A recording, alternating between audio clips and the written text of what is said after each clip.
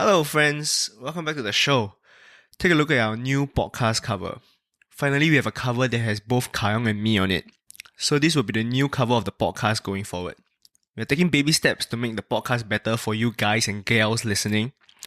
And I want to thank you for the continuous support that we have been receiving. This week's episode, we talked about how our perception of life has changed as our parents have started to age, our thoughts on Kanye West's podcast with Joe Rogan last week, and the retirement of Khabib Nurmagomedov. Also, for all you listening to the podcast at work but do not have Spotify on your working laptop, we got you.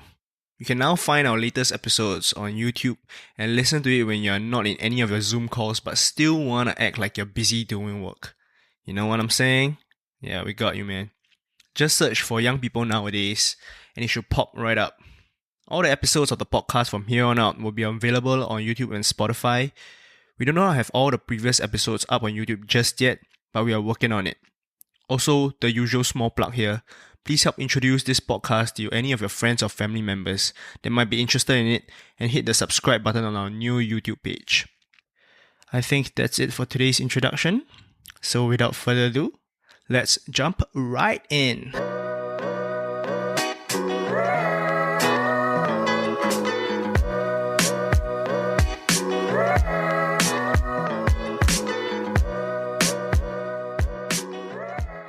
3, 2, 1, 8. Hello. Yep. This episode we have no guests. It's just back to the two of us. Hello. Yeah. So today's program we don't usually when it's just the two of us we don't really have like any fixed program. We just talk about what we want to talk about lah. Yeah, so we just shoot shit. So anyway, I just finished my birthday weekend. Wait, what do you do? Had too much food. Thursday, actual day, the day we did Jared's podcast, I went back, I had 5 pieces of Texas chicken, dude. Sounds good. Fried chicken's my jam. And then I had 5 different flavored cakes. 5? 5 whole cakes. How do you get 5 cakes from? So I got one from close friend, Eunice, and then Charmaine bought one. My mom baked one, my auntie baked one, and then my cousin brought one. So I had 5 chickens and 5 slices of cake.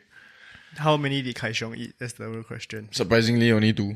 Hey. I out-eat him for once in a long while. I would imagine he would have finished everything because he was telling me, Isaac, that now he's in Shangri-La quarantining for the event on Monday, 1FC event on Monday, and then he bought $150 worth of snacks alone to last him the 7 days inside. Yeah, so the snacks have been piling up in his room. Like I see one giant bag from Mustafa, and then another day there's another bag from NTUC.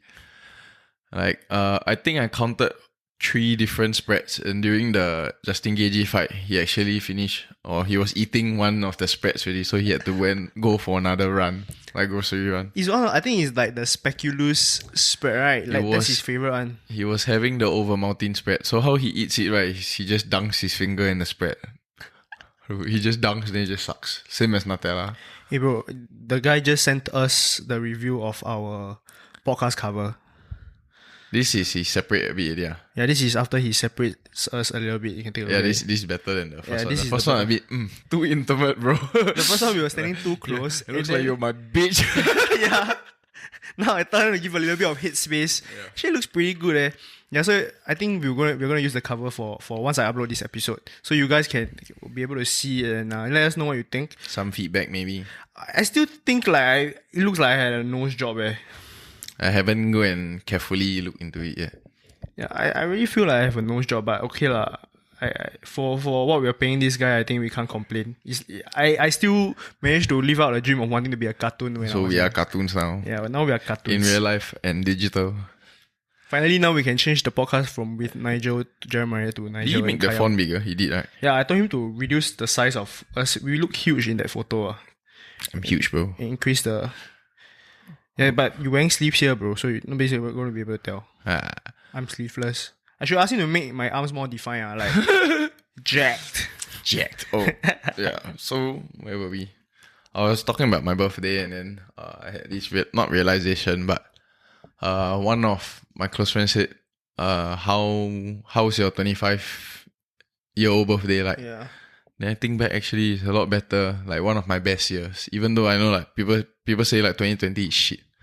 Actually, I realized like I'm in the best shape of my life now.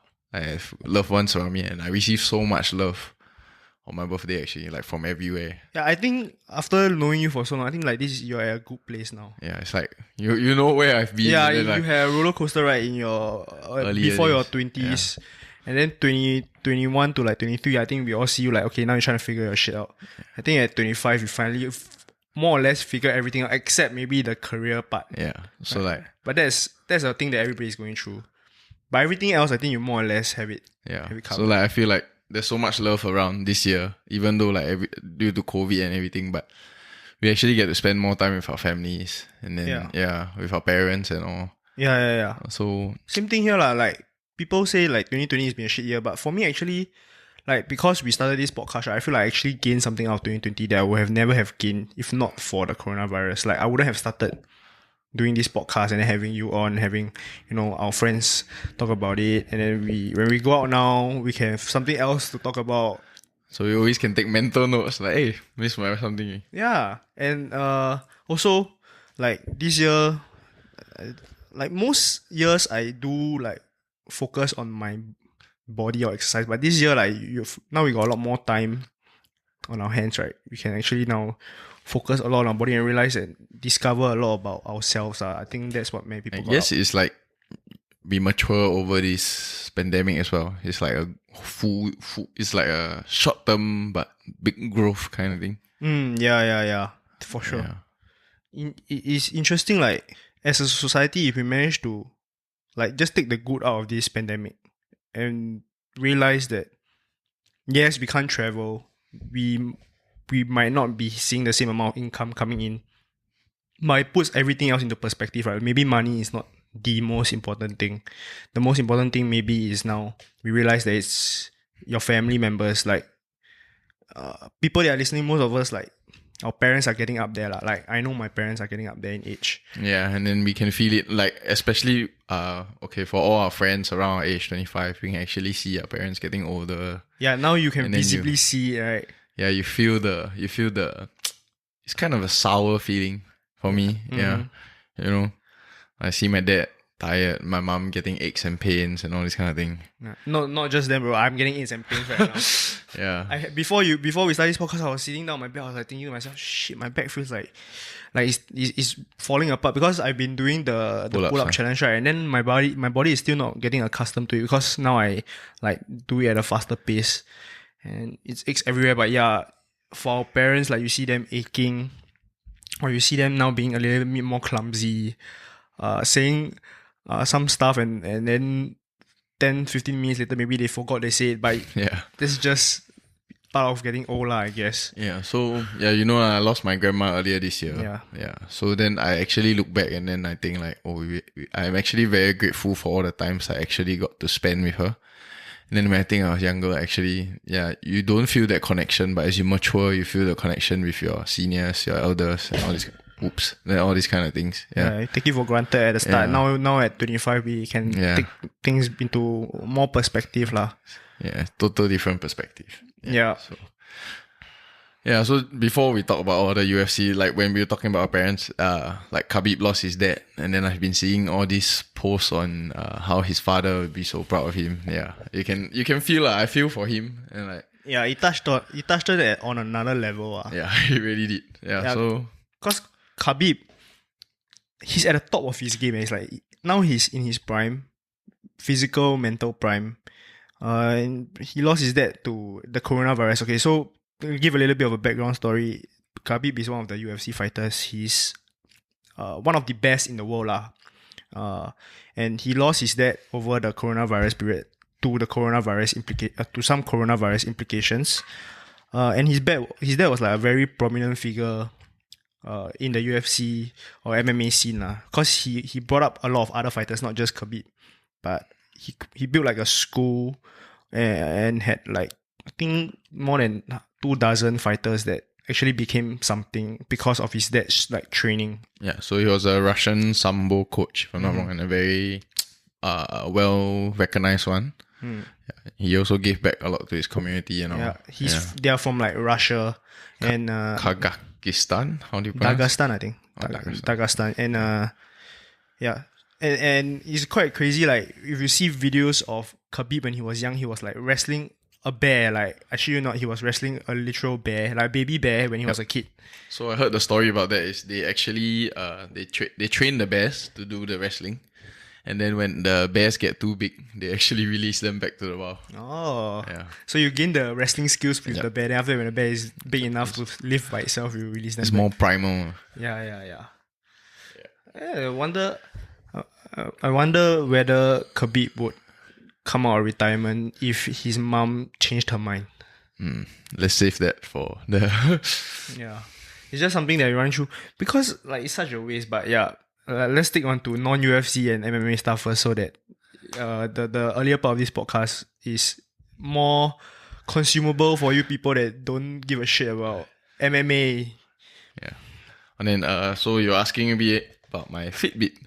Oh yeah. You got a new Fitbit from your girlfriend, Charmaine. Yep. So I got it as a birthday present. So I've been using it to track my heart rate, my daily calories. I don't really care about the steps I take, but mostly calories, so that I can check how much I burn and then how much I consume as well. I'm not really tracking food now, but yeah. So this I just changed this face. This is actually my friend's kid. yeah. I see you on your Instagram. So it's quite cool lah. So I realized that during rest days, I burn, Sundays, usually my rest day, I burn about 2.8. And then on Saturday, I actually burn up about 4K calories. For real, that's a lot eh. Yeah, so basically, I did a 2.5 hour back session on Saturday. Then I took a walk home from Punggol Safra. Mm-hmm. Yeah, so that gym was about 900 calories. Then the walk was about 6. So how do you get to the gym if you walk back? I crashed at Punggol the night before. Oh yeah, you were at Charmaine's place. Yeah. Then after that, you walk. How far was the walk back? 6.3. And it felt a lot longer though. Yeah, that's not too bad. 6.3 is quite a easy stroll lah. Yeah, so I don't know how accurate this Fitbit is, but I'll just test it out for a month. And it has sleep tracking and stuff. It seems a lot better than the Apple Watch that I have, because mine is the older series. Like I know the newer series, they can get your ECG and it also detects your sleep. But then again, I don't really want to wear a watch to sleep. So that's but this one's this is actually quite comfortable. Yeah, I don't really feel it. It's light. Maybe because the Apple Watch, right, like the face of it is quite heavy. So when you can actually feel it taking up space on your hand. If it was lighter, maybe like this, I think the Fitbit is a bit lighter, then it'll be more comfortable when you go to sleep. Yeah, it doesn't hinder my wrist movements and all. So it looks good eh. Yeah. So looks quite you can put like funny pictures on it.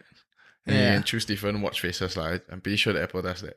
It's like more suited for active lifestyle than the Apple Watch. Yeah, so basically this one doesn't get, I only get calls, notification, but I cannot talk on this. Oh, nobody talks through their... So yeah, it's more suited for me. So I guess Charmaine chose right. And then Isaac told her, don't get Young the Apple Watch. Why you hate the Apple Watch? It's not that I hate it, it's like, I want something, yeah, I guess this is more suited for me. Yeah, for you, I think your character really does suit this more. Yeah. Yeah, and we just watched like one part of the Joe Rogan interview with Kanye West. So if you haven't watched it already, I highly, if you give anything about a shit about like rap culture or like music, cause Kanye is like a global star, you might want to go and watch the podcast, kind of see like what's going through his head. Cause I think he has been painted as this crazy guy that is on medicine and cannot think properly and wants to run for president, right? But after watching like most of the podcasts, I started to realize that yes, actually all these preconceived notions of him being crazy might be true. But at the same time, you can kind of understand where this madness comes from. Yeah. So Joe actually helps to not break down, but you actually get to listen and understand his thought process in a way. Although you cannot really catch it, it's all over the place. Yeah, it's all over the place. But you realize he's just human. You know what I mean? Yeah. No, I think the fact that it's all over the place, right, is what makes him such a good artist. Yeah. Because he can then piece all these things together and come up with phrases in his albums, right, that for us doesn't make sense. But if you were to break it down and understand what's his thought process and what he's trying to say, right, then it paints a beautiful picture. But in terms of audio picture of what he's going through in life and what he sees the world as. Yeah, so he doesn't seem crazy, you know what I mean? I don't know what he does behind with his family, but he's a family man. right? That's what he's depicted as. When you're that famous, I think you can only fall back on your family because everybody else just wants something from you. Yeah, that's true. Only your family like just treats you pretty much the same, right? And if you want to watch the podcast, I highly suggest you just, if you want to get to the good stuff, skip to like halfway through it. Because the first 1.5 hours, I realized that he was holding back. Like Ye knew like he was on the Joe Rogan podcast, and he knew like Joe Rogan gets like 5 million viewers just on YouTube, but I think for total like monthly downloads, Joe gets like 300 million views. Oh, fuck me. Yeah, so like Ye knows he's on the world stage while doing the podcast, and he was like holding back his thoughts. But after 1.5 hours of like, and Joe is a master at this, he can carve his people on his show up until to a point where now they just be themselves full on. They trust him. Yeah, they trust him, and they know that Joe is not going to put them in a spot. You know, sometimes you have media reporters asking you a question, they trying to cage you in and make you say a thing that you don't really mean. Yeah. But Joe doesn't do that lah. And then he trusts Joe like after the 1.5 hours, and then he really opens up about himself. I'm halfway through, so cannot wait to finish that one. Yeah, we just watched the scene like at the last part where Ye just he was asked a question from Joe like, how will you handle international dignitaries, or like if you were to talk to a hostile president or prime minister from a country, how will you handle it, right? And then Ye took like a good 15-second pause and just didn't say anything, and then you could see Joe like, what the fuck is going on? Like, what's this guy trying to do? But at the same time, Joe was like calm, and then Kanye came out and said, in that period of time, he was saying a prayer. Yeah. And then Joe asked him, why did you say a prayer? I think that's a damn good question. Like, other reporters would probably try to put him in a spot, you know, like say some dumb shit like, why do you need to take so long to think about this question? Don't you really have it planned out? But Joe understands like the magnitude of this question that he asked, right? I think if you watch the first 1.5 hours, you will realize that, and that's why I thought Kanye has this potential of starting a cult. I think he already has a cult, but he was talking about building communities and stuff. So yeah, if you watch like some of his Sunday services, it really seems like he's a cult. I haven't catch any of those. Yeah, they have people wearing the same outfits. And then they're all singing, right? And they're all dancing in the same rhythm. I understand like they're all like into it. I think they're there voluntarily, but at the same time, it just gives you this feeling like, you know, it's kind of like a cult. I guess it's a different kind of worship. Yeah, but then again, not all cults are bad, right? If you were to look at like the Mormons, they're a cult, but like they're the friendliest people. They're the friendliest people. As long as they preach goodness. Yeah, they like, if you don't want to, they'll leave you alone. But if you want to join them, then I think that's like the nicest cult out there. The Mormons are the nicest cult. I haven't met any of them, so. Yeah, I met some of them in the US when I went to Utah, because that's where the Mormons are from, right? In fact, in Singapore, you can find a couple of them. Like, they have this distinctive look to them, like their features and everything. And they will always be wearing like a short sleeve shirt and tuck their shirt into their pants, and you straight away know like that is a Mormon. I see them walking around the CBD before.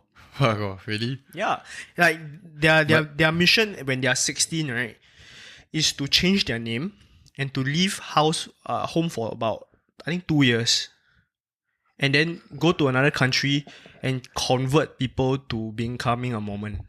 So it's their rites of initiation kind of thing. Yeah, it's like going through army, but theirs is like you leave home for 2 years and then you try and convert people to your army lah. But what if you don't get to convert anyone? Oh, it doesn't matter. I don't know what. You just gotta try lah. Yeah, you just gotta try. But I know like to become a full-on Mormon, that's what you gotta do. And it's fully funded by the Mormon church. Like, even if you have no money, they will send you overseas. Also, they'll give you allowance to be overseas. I was thinking how the dude gonna survive. Yeah. The Mormons are quite rich lah. Like, if you go to Utah, it's quite crazy. Like, the entire city, even their convention center, it looks like a church. So they have a Mormon convention center. Yeah, the convention center, like we have the expo in Singapore that looks like very grand, right? It looks like a church, but then it says a convention center in the front. Something Jesus, like I can't remember, like some Christian words in the front and then convention center at the back. And I was like, Shit. They own a whole convention center. Yeah, then my friend was telling me, I think like the mayor or the guy that represents Utah, Salt Lake City as like the senator or something like that is also like the head of the Mormon church. Oh. Yeah, so that's why he's so ingrained into Utah, right? Like it's everywhere. But they're the nicest people, and then it's like the cleanest city. Compared to the rest of America. So what do you get up to this weekend? How's your pull-up challenge? Yeah, I was saying, right, my back is killing me because of this challenge, but I think it's because like I've been trying to not just do the 100 reps, but I've been trying to like increase the speed, so my body is trying to get used to it, and then the muscle is aching. But maybe at the same time, my diet has been pretty shit over the weekend also lah. That's all of us. Yeah, I had like drinks with my friends on Saturday, and then Sunday I had like a chicken cutlet, and then after the chicken cutlet I went to do like 100 pull-ups. Not the best idea, bro. Not gonna feel good, bro. Yeah, it's like my body was trying to find fuel to do the pull-ups, right? And then it was like, dude, you just threw in a fried chicken into your stomach. Where do you want to get this fuel Wrong from? kind of fuel. Yeah. And then so I'm feeling the effects today, but I need to go and get the 100 pull-ups in later. Oh and yeah, then, yeah, talking about nutrition, right? So the day after I had that 5 cakes and 5 chicken, I felt so shit the next day. It's like I couldn't get anything done.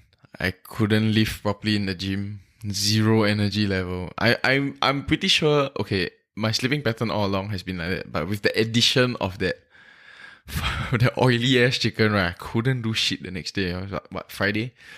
Yeah, so work felt shit, gym felt shit, everything felt shit. Yeah, it makes sense. Like, it's like our body is a vehicle. If you put shit fuel into the body, into your vehicle, right, it's not gonna run well. But that's why it amazes me how Kai Xiong can keep on eating nonsense, right, and still feel okay. Like That's he can true. down an entire bag of chips, right, and straight away go out for a run. That's true. So you know, like the amount of chips he eat. Okay, he just say I don't eat much. It's 1 bag a night. It's like fuck. I eat 1 bag a night in 3 days, right? My throat will feel like shit. So I was just asking him, hey, your throat don't feel sore at all, man. He was like, no, okay. I was like, what the fuck? Yeah, it's quite crazy. I don't know how his body takes it and just converts it into efficient energy straight away. It'd be quite interesting to see, right? What if he really went on like a clean diet? I mean, that's what he does when he cuts weight. He don't, and then I guess that's why he's tip-top performance during his fights. No, but it's because he's young now. Like, if he goes older, right, like, it'd be interesting to see his physical abilities. Like, if he were to just be, like, eat clean for... Or properly, in a way. Properly, like, his entire... Even during the off-season when he has no fights. Because I'm sure that will impact his fight season also. Like, you have to see the benefits, like, for sure, right? That's why I'm curious also, but... He doesn't see it yet, lah. He enjoys it, yo. Yeah, he lives to eat, lah. Like, we will go to the mall, right? And then we will say, hey, this place got, like, a new food. Like, that day they were selling a pan pizza for $11 from Proofer. Then Kashan should say, yeah, not bad, quite nice. Then we go to the NTUC, we went to the cold storage. Then after that he said, oh yeah, this is nice, this is not nice, this is nice, this is not nice. Like every single thing in the biscuit and chips aisle, he knows everything. And the candy aisle, he knows everything. He's the king of chips. So yeah, so I just randomly walked into the room while he was downstairs. Then I just walked in, there was caramel corn and a half-eaten chocolate chip cookie on his desk. I was like, what the flying fuck? And I took a picture and sent you. You can only find this in Kai Xiong's room. And still look like that. And he's so lean, dude. Yeah. Wow, even doing this podcast, right, my back is killing me. Oh yeah, then I told you that day, what would probably help me a lot is a massage gun. Right? And then we were talking about it like, you know, like there are massage guns like the Hydra gun. And then what's that gun that... The OG, the Hypervolt. Yeah, Hypervolt. I was saying, Osim and Ogawa, right, as these type of companies that do massage chairs, should just come out with a massage gun. Honestly, it will be their top seller. Yep.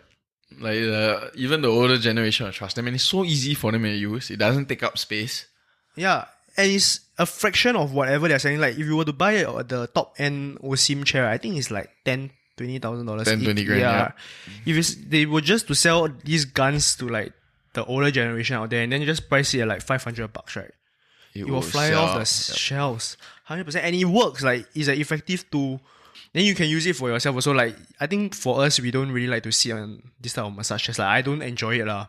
Yeah, because we don't have time, dude. We're always running somewhere. Yeah. Whereas a gun is very specific. Like, if this specific area you need to address, like, you just put a gun there and then address it. So yeah, if Osim or Gawa, any of you guys are listening, right, I'm giving you guys an idea to expand your business. Just do this massage gun. I don't see Enter that market, yo. Yeah, interesting idea. Oh, that's what I need right now. I need a massage gun. She had told me I bring over Kai Xiong's hydro gun. Nah, it's okay. I thought he would have brought it to... Actually, I think he did. But I have one more at home. My mom bought one off, was it Easy Buy? Oh. $50 or something. Why did she buy? Like, Kai Xiong has one, why did you should go and get one? Yeah, that was before Kai Xiong was. Oh, but I'm sure sponsored. it's not as good as the Hydra gun. Yeah, right? hydro gun is different. Yeah, it has to have even the weight is different. Yeah. It has to have some weight to it so Yeah. that it hits you The hard. pressure, the pressure. It has to hit you hard.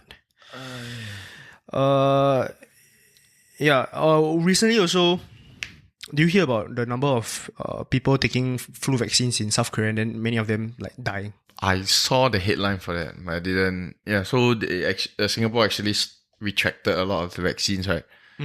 So I think now they advise all the practitioners to stop giving out these two specific vaccines. I do not know the exact names. All these names are like medical terms, which let's not get into. But yeah, I think this really hurts this argument that vaccines are effective for you.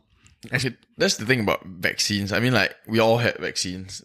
Just that it has to be really tested.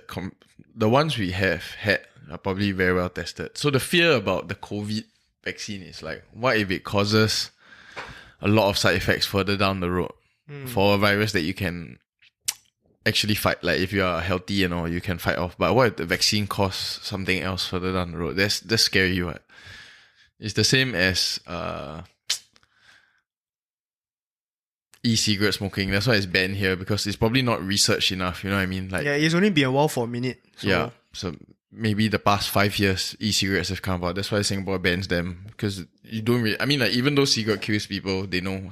But there are many cancer. studies that show also, yeah, what we were saying, that a lot of these youths in the US that are using e-cigarettes heavily, right? A lot of them, when they get the virus, the coronavirus, they suffer bad consequences. Like, they suffer a lot harder than the other youths that are not using e-cigarettes. Because their lungs are fucked up. But is there studies like for smokers as well? Like, smokers, anything that actually attacks, I mean, like, causes your lungs to be weaker. Yeah, but that's the argument for e-cigarettes, right? It's not supposed to be as bad for your lungs as smoking, but we all know that's kind of bullshit lah. For me, I think it's bullshit because I think it's marketing. yeah, it's marketing. Like, if you're taking chemicals and shoving it into your body, and now when it's so convenient, you don't have to go outside to smoke. You can just do it whenever. Yep.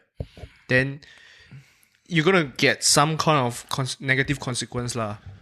Definitely. So I would think you give you pneumonia it's- also. yeah, it's like choosing between cigarettes and e-cigarettes, right? They're both going to do you harm. So it's like, what kind of harm you want to do to yourself? Yeah. It's just, in fact, e-cigarettes is just bluffing yourself. Honestly, that's my hot take. Like, I don't even think it's that hot. It's like, anybody that is using e-cigarettes in the world, right, kind of knows you're just kind of lying to yourself that, It's the same thing. yeah. It's the same thing. And you do it so much more than normal smoking. Yeah. Like, you lie in bed, you vape, whatever. Yeah. You play some games, you vape. Yeah. So, yeah, back to the vaccine. Yeah, back to the vaccine. So, I think, like, in Singapore, we are still generally, like, quite on the side of, a vaccine is good for you. Because when we were kids, We got our chickenpox vaccines, tetanus shots, all this kind of thing. yeah, but as in the US, if you don't know, like, this is a very big thing. Like, there's a lot of people that are anti-vaccine. Anti-vaxxers. Yeah, and they do not want to send their kids to specific schools because to get into that school, you have to be vaccinated. So it becomes super politicized, because now they say, is vaccine a compulsory thing so that my child can get this kind of education? Or are you trying to discriminate against our rights of saying... because you're putting something into your body, right? So now they say, if I do not get a vaccine, now my child is being discriminated against lah, right? But it's my human right to choose what I can put into my body. Hey, dude, but your child might not live long enough to finish school. But then they will pull out all of these cases, such as the people in South Korea dying from taking a flu vaccine, right? So then what do you say against that? I don't know. I guess it's the same as cigarettes and e-cigarettes. You gotta choose your demon, bro. I think the only thing you can say is you show them the numbers, and then they'll come back and say that these numbers are false. Because I think out of these 48 people that died, don't quote me on this, but I think about 3 or 4, 5, like a couple of million people already got vaccinated. Okay. Yeah, so out of these couple million people that got vaccinated, 48 of them have passed away lah. I guess everything has to have a fail rate. Yeah. You know what I mean? So then the question is, without this vaccine, how many people would have died of the normal flu if all these couple million people did not get vaccinated, right? Exactly. Yeah. So like, choose the better demon then. Yeah. So it's not in Singapore, it's not politicized or it's not controversial. I guess right we now. trust our government enough that, I don't know, that they clear it's tested the vaccines that come through to our medical centers. I'm on the side of having a vaccine, that's for sure. Yeah, I mean, we are vaccinated, so. Yeah, but that's because we didn't know we were getting vaccinated. So like right now, if you tell me to go and take a vaccine, I would go for it because it not only protects me, it protects the people around you also. Even the fresh anti-coronavirus vaccine? If I would take it Straight? Queue up, first one? I wouldn't mind taking if it was somewhat approved and they had done sufficient studies on it. Once again, and we said we trust our government to give to clear it, right? If they were to say okay, I will go for it because somebody has to do it, right? And I'm sick and tired of this Rona stopping our normal way of life. I would do it . But going out on the weekends, right? Our way of life, do you think it's really that different? Like right now, okay, besides the 5 people rule, I still see malls everywhere crowded as fuck. Have you been to IKEA on a weekend, bro? Mm-hmm. It's insane. It's a freaking war zone.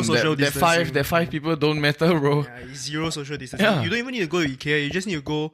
And that I was telling you, if you ever want to feel like Singapore has too many people, right? Go to like East Coast, the hawker center. Lagoon? Yeah, East Coast Lagoon Hawker Center. That's another place. On a Friday night. Sorry. Go on a Friday night or weekend, right? It's insane. It doesn't even make any sense. It's like, why would you want to go there and where can I get out?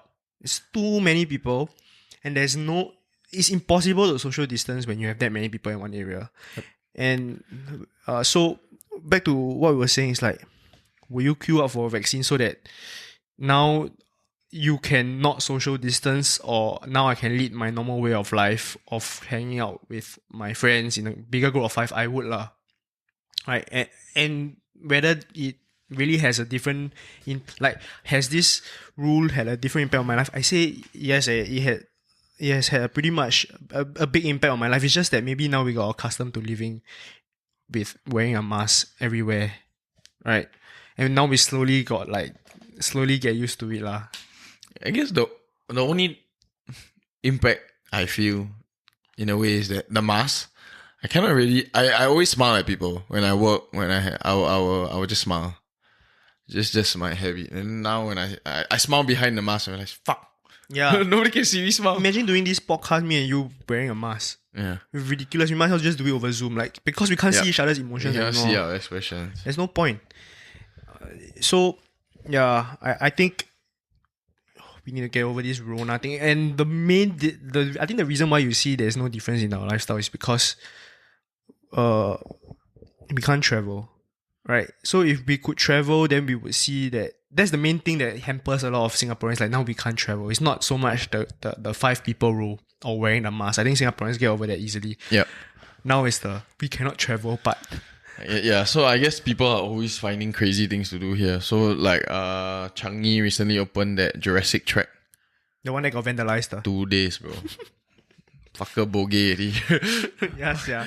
And then straight away bogey. That mate got hit in a golf ball with a golf ball. Yeah, from Tanah Country Club. Wow, she really damn suay. What's the odds? I'm like, at least the mate is an adult. I imagine it was a kid. True. Wait, I think she's alright lah. Lucky she didn't just suay lah. Just get hit in the wrong part of the head. You get hit in the wrong part of the head, you can get paralyzed. Yep. Yeah, partially paralyzed. So so Singaporeans are constantly trying to find something fun to do, I guess. I'm the same. Yeah, just maybe weekends. Yeah, weekends. I try not to go out because everywhere is just too crowded. Yeah, so my girlfriend goes like, where you want to go for dinner? It's like, wherever's not crowded. Yeah. But I hate queuing. I'm a bit claustrophobic when it comes to these sort of things. Like, actually, at a certain period of time during the circuit breaker, right, I love the idea of the social distancing because now people can't, like, Invade your private space. I'm a guy that I don't like people standing too close to me and I need space. So, like, that was one good thing. Like, after circuit breaker where they told people, like, oh, your table has to be 1 meter apart, right? Then people can't sit next to you at the hawker center. I was like, hey, actually, quite nice, eh? It's quite enjoyable. Yeah. Okay, so let's go into let's just set aside a little bit of time now to go into the UFC part of our podcast, which you guys should already know. And yeah, let's do a short one today. 10 minutes, I think it should be. Yeah, because there's only one fucking thing we all have to talk about. Yeah. Justin Gaethje and the Khabib machine. When I was watching it, it was one of those few fights that I just go, wow. Yep, I just lost. I was so sleepy before that. I just woke right up. Yeah. But even now, I cannot remember much except how he finished. It's so different. Khabib was so different. He was like, doing that fight, right? I remember they didn't hit each other for the first minute. They were circling the octagon. I think Khabib was like trying to figure out what Gaethje's movement was like. And then as soon as he took a few hits from Gaethje and he realized that he could take it, right? I bet no. I bet his leg is hurting. Bro. No, his legs, yeah, but I'm saying punches because Gaethje's punch. Gaethje hit him in the face a few times, and we thought like that might be the way Khabib goes down, right? But Khabib took it, and then Khabib I think realized that, hey, I can take it. I'm just gonna walk straight up to this guy, throw a few punches, and just take him out. That's the thing. I'm so not say upset, but so surprised that Gaethje didn't fight like Gaethje at all. I think he could never have, because what this fight shows you, right, is there are levels to this. And, Okay. And Gaethje, there was no way Gaethje could fight his fight because it was just pressure from the start. Yeah, so okay, if you see Gaethje's others fight, right, when he get pressured, right, he will always go forward, regardless. He will always push forward. But this one is just he's circling and moving, and his hands were so low. Cause I think like the hype of Khabib, right, is so bad, right, that their game plan was to just drop your hands and then watch the takedown. I don't agree with that. I felt like he tried his game plan and he realized it didn't work. Khabib's game plan was solid because you never see Khabib attack on the submission. He usually pound you, but bro, he just whip up. Okay, so Sean was saying the first round towards the end, Khabib took Gaethje down, right? Then straight away he tried for the armbar. Then it's like, oh, you thought maybe it's a last minute, like, oh, fuck it, last 10 seconds, I'm just gonna try the armbar. But then when he did it again in the second round, in like 1 minute in only, he straight away attacked triangle. Nobody expected that. Yeah, DC said that he has seen Khabib go for that triangle before in training, but he never thought that Khabib would have the balls to actually execute it on the actual stage. And then I think when he went for it, Gaethje was like, oh shit, I really didn't expect him to go for it. Do you feel Gaethje was outclassed, or it's just... I really felt that there was no way Gaethje could win after I saw what Khabib... Because Khabib solved the puzzle in a minute. Like, even if Gaethje were to walk forward, right? No, okay, so I don't think he would have changed it. And what I listened while I was listening for all the post-fight stuff, right, it's like, so what should have happened was Gaethje's experience with always going forward, which like his skill set that actually made him what he is, like interim champ, or basically the second best. He should have taken that skill set and just bang it out with the number one. So use all his skill set, because what he totally did, right, was totally different. He was circling and circling instead of just going forward. So he should have took what he made him what he is and then just smash it out regardless. I think it would be very different. The question is, if he were to move forward and stick to his game plan, that would probably open him up to the takedown like way easier lah. Right? So that's the reason why Khabib is so good. There's no way, there's no plan that might actually work. It's just taking a shot at it and trying to see whether it kind of works. Right? Yeah. But do you consider him the greatest of all time? Right now, yes. I would say he's the greatest lightweight. Oh, that's for sure. He hasn't done a double belt kind of thing. I mean, like, yeah, he's a champion in the ring, in lightweight, and then in life and everything, but he hasn't like jumped divisions and all this kind of thing. But that's the thing, you see, most of the GOATs that we have listed in our top 5 in the earlier podcast, right, they have never won 2 division titles. Like this has been a recent thing.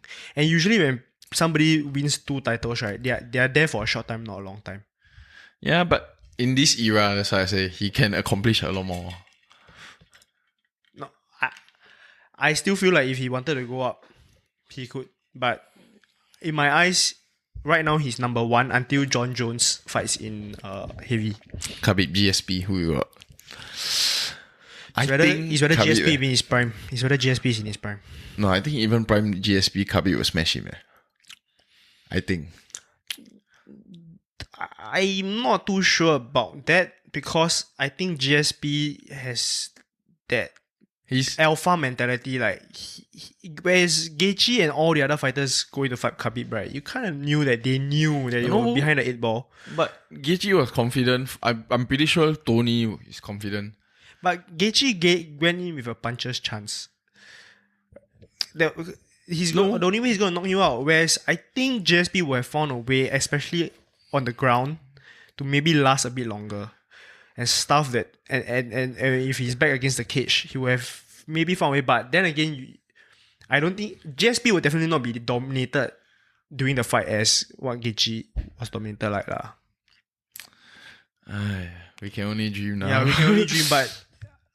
I really don't know, but in my eyes, it's a toss-up between Khabib and John Jones now. I don't put GSP up there because GSP lost twice. Yeah, he has that 2 losses against him, so Khabib has a flawless record. That's the only reason. I want to rewatch the fight. I when I was watching, I was like, I think I really like. There was points in the fight where Khabib just dropped his hands, right, walk forward and say, "Let's go, bro." Like, this is a street fight. It was damn intense. It was damn intense for me.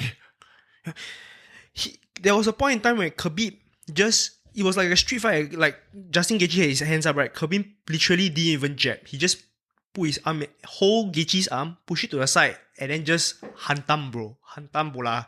It's like a street fight, you know. It wasn't even a professional fight anymore. I was so sleepy, I cannot remember shit. I really need to rewatch it. You need to rewatch it. Yeah. That's why I think there was no way Gaethje would win. He was lost from the get-go. After Khabib figured him out in that first minute, that's it. People were saying like, oh, you know, Gaethje has wrestling too. I said, true. Yeah, but it didn't work. Khabib shut it off. It didn't work at all, bro. He looked like a total noob next to Khabib. Yeah. So the question is now, what is the next fight for the UFC? Because they actually ran out of sick cards already. Like, they haven't announced any card that would. I guess Conor Poirier, and then the winner of that fight is Gaethje, and then there's Michael Chandler, who will probably fight Ferguson. Michael Chandler, I feel he's just...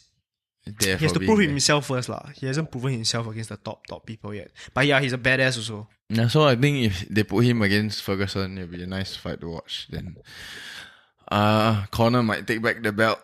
You never know. But Conor Gaethje should be fun. It'll be a nice striking match. But Gaethje will outlast Conor, so I think Conor only wants Khabib. No, but okay, I also worry like Conor will fuck things up if Khabib after watching Khabib retire. Like, I scared Conor tweet some stupid shit. Oh, but he was quite respectful. Yeah, he really tweeted like he said he respects Khabib. Like, you can't not respect Khabib lah. Yeah, like, the show's over, bro. You gotta just. Conor is humble in certain ways. Like whenever he loses, even when he wins. Yeah, towards his opponent. It's all just a show for Conor. It's just business. It's really just a show. Talk now, motherfucker. Yeah, that's his persona. But after the show, he shows you respect. He tries to build another storyline from there. Yeah, that's true. The fight to make, I believe, is if in the heavyweight division now Jones fights Rumble Johnson. If they can get Rumble Johnson back, and then Miocic against Francis. We know of those two fight each other. Yeah, but then it'll be just Rumble and Jones. It'll be like a light heavyweight matchup. No, but then both are now in heavyweight. It's even more exciting. Can you imagine Rumble Johnson not having to cut weight? That's the fight that we all wanted to see in light heavyweight. Right? Yeah. And it doesn't make sense to give Jones the title shot straight away. Why not? He's GOAT status, bro. I think like they will be Okay, able to like- milk the cow more if they just gave us one fight before that. Unless Johnson knocks the fuck out of Jones. Yeah, then is even is as in then at least now we know that Khabib is number one. Fuck. Right? We all want Jones to win lah. Like personally, I want Jones to win against Rumble Johnson, but that's the fight to make because it's intriguing. That's true. I just want Jones to be the best in the world. He has to dominate at the heavyweight lor. I think he will. He'll easily clear them. Yeah, interesting talk. 45 minutes today. Alright, man. Yeah. Hopefully we will. I think next week we're gonna try to get a guest on. We're not gonna tell you who yet. We gotta discuss things out. But also, I want to thank you again for listening to the podcast. If you got to this point, please introduce this podcast to your friends or anybody else, and hit the follow button on the Spotify page. Yep. So that's about it, guys. Alright. Thanks, guys. love See yourselves. you. Mwah. Ciao.